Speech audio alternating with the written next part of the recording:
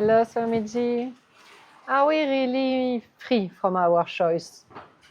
Maria Amelie, if you want to be free from your choice, you have to understand that you don't choose your birth. You will not choose your death.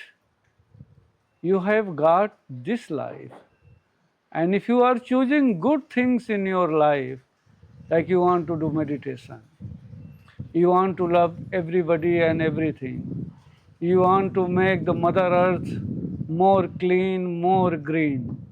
So there are good choices also. So if you have good choice, there is no any problem.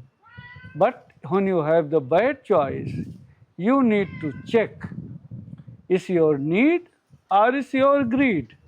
If choice is for your need, then it's good. But it's coming unnecessary because of your greed, because of your old habit, then you have to remove from your life. And this is only possible if you are conscious in your life, you are aware in your life. And you can be conscious, you can be centered, you can be aware only with doing meditation, living with Master, working with Master, and trying to understand the truth of everything. Anything whatsoever related in your life, if you try to know the truth, then only you will understand, yes, I have to go for this or I have to say no. Because both is very important. Where you have to say yes, you must say yes.